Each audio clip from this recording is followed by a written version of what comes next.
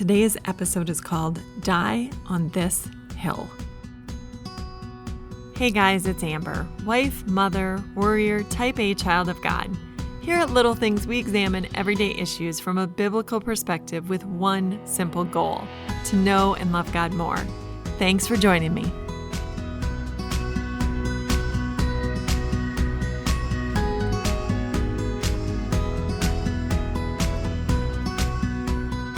Perhaps you've heard the term, I'm not going to die on that hill. We typically use it when we are trying to say to someone, listen, I understand what you're saying. I can see that you're pretty wound up about something. I know that this is important to you, but this is not a cause that I'm willing to give my time, my talent, my treasure, my effort to. I'm just not going to die on that hill. Do what you want. Seems like a waste of time to me, but I'm not going to die on that hill. The truth is, a lot of us don't have a hill at all. It's pretty easy to fall into complacency. We say things like, you go ahead and do what you want. That's not my business. I don't care. Nothing I do is going to change anything anyway. Why does it even matter? Listen, I don't want to hear about it. And in essence, what we're saying is, I just want to eat, drink, and be merry. I want to go on my own way. I want to deal with my own issues. Your issues are bigger, or that issue is bigger. I don't want to hear about it. That takes too much of my time. That might upset me. I don't want that to happen. I am better off knowing nothing. Ignorance is bliss. But is it? Is it really true that ignorance is bliss? Or at the end of our days, when we stand before the throne of God, is God going to say to us, hey, why didn't you do anything about that? I gave you all the tools that you needed. I made you aware of what was happening. Why didn't you hop in? A lot of times we're not willing to hop in, and we're not willing to make something a hill that we're willing to die on until something tragic happens. Mothers Against Drunk Driving was started after Candy Lightner's 13-year-old daughter, Carrie, was killed by a drunk driver. What hadn't been on her radar became her sole purpose: to try to educate others and to have laws made so that other people didn't have to go through the pain that she was experiencing. Patty Wetterling was in the same boat. When her son Jacob Wetterling was abducted, she became an advocate for child safety, and she tirelessly worked so that other people didn't have to go through what she was going through. Mordecai told Esther, if you remain silent at this time, relief and deliverance for the Jews will arise from some other place. But who knows that you have come to your royal position for such a time as this? Esther wanted to sit on the sidelines. And it wasn't that she didn't see a need.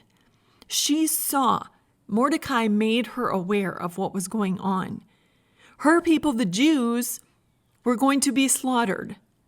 They were on the bullseye, and there was not a whole lot that was going to save them. But God had raised her up to be queen. And so Mordecai saw that and said, listen, Esther, you're in a position to do something, much more so than any of the rest of us. You've got to go to the king. And she said, hey, I can't do that. It's against the law. He said, forget about the law. Someone has to go. And why not you? Most of us know the stories of people like Schindler and the 10 Booms and Bonhoeffer, who lived through the Second World War.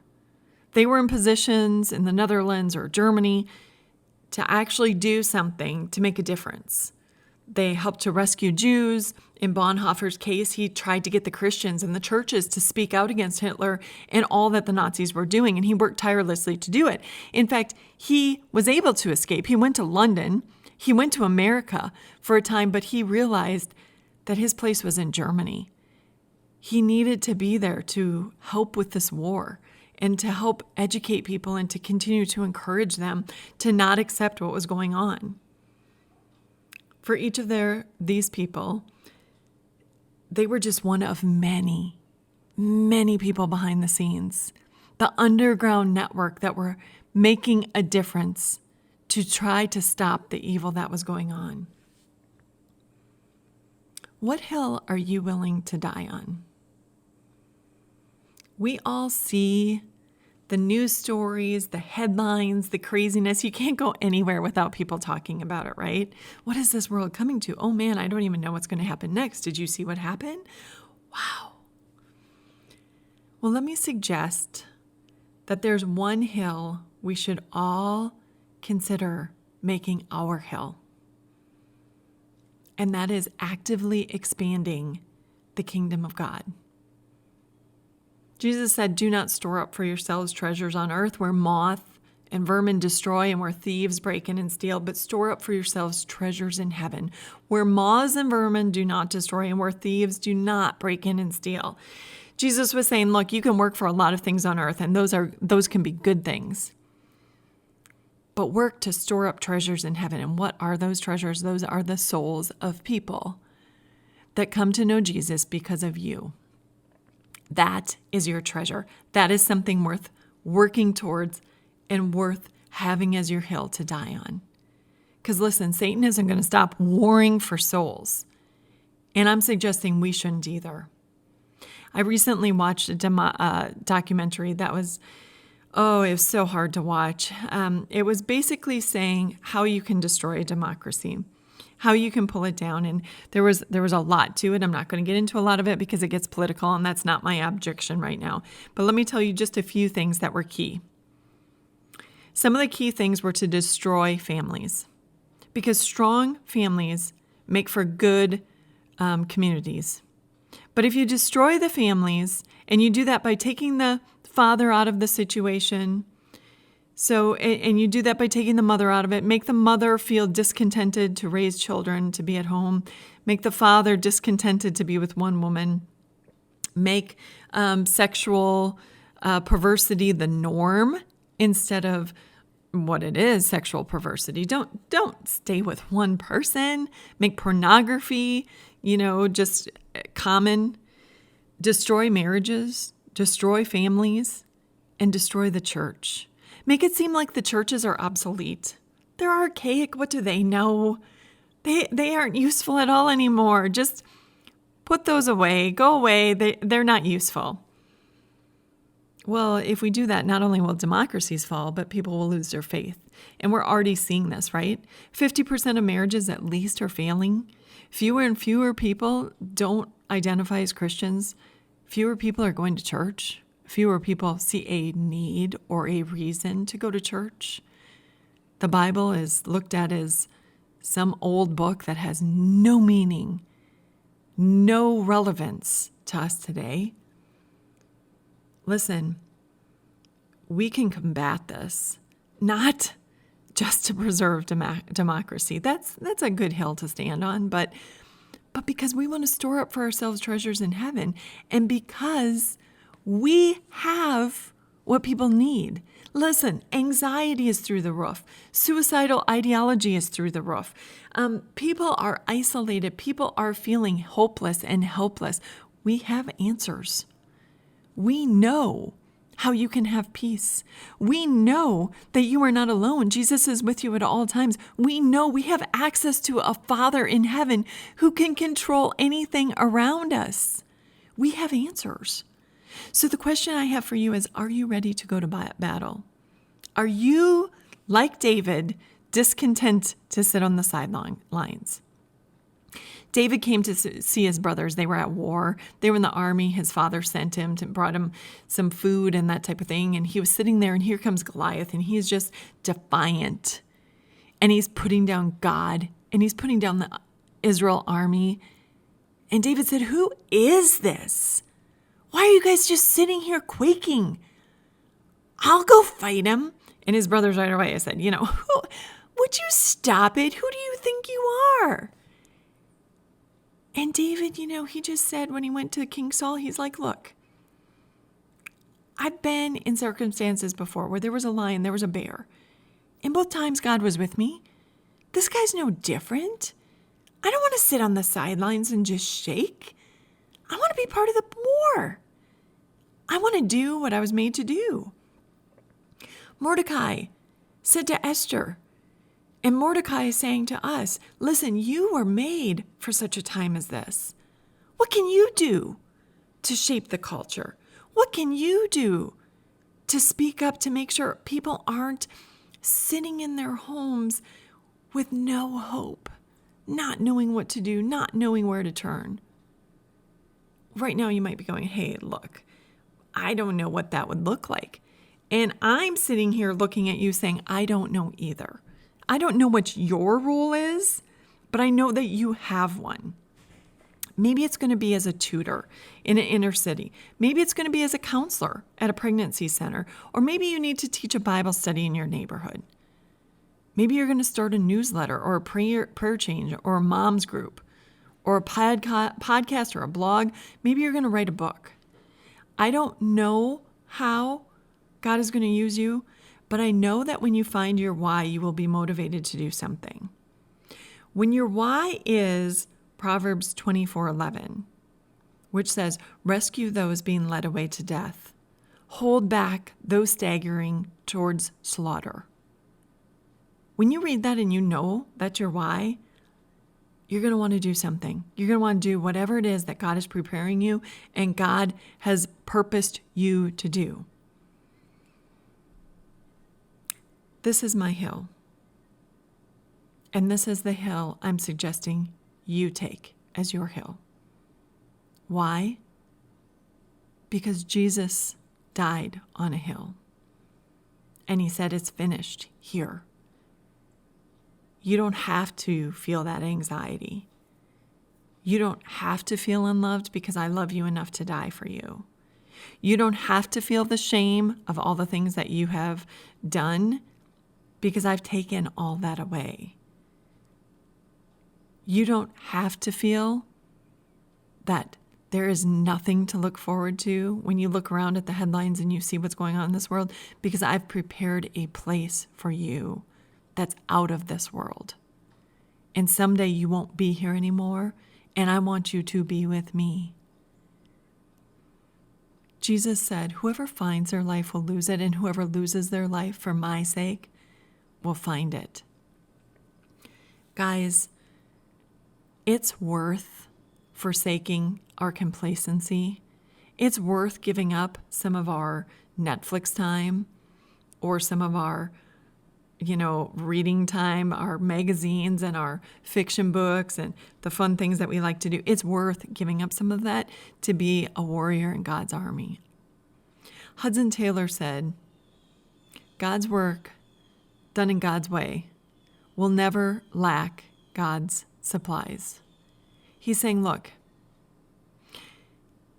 if God brings you to it, he's going to equip you to do everything he needs you to do. So you're not going to be standing on the sidelines going, well, I would teach a Bible study, but I don't know how to get started. Or I don't think I know enough about the Bible. Or I don't know if I'm supposed to be a teacher. I think there's a lot of people who can teach really well, but it's not me. You know what? I was saying that same thing 15 years ago, 16 years ago, 17 years ago, whatever. I told my pastor I could never teach the Bible. I'm not a teacher. I will write studies and you find somebody to write them. And he said, Amber, you can teach us. I said, no, I can't. I'm not a teacher. You know what? I asked several leaders of the church to pray for me because my pastor kept pushing me. I couldn't eat for a week. I was so nervous to get in front of people. And that first Saturday, when I stood in front of a group of women, I found a love for teaching that I never knew I had. God answered those prayers, and he did through several people and through several experiences.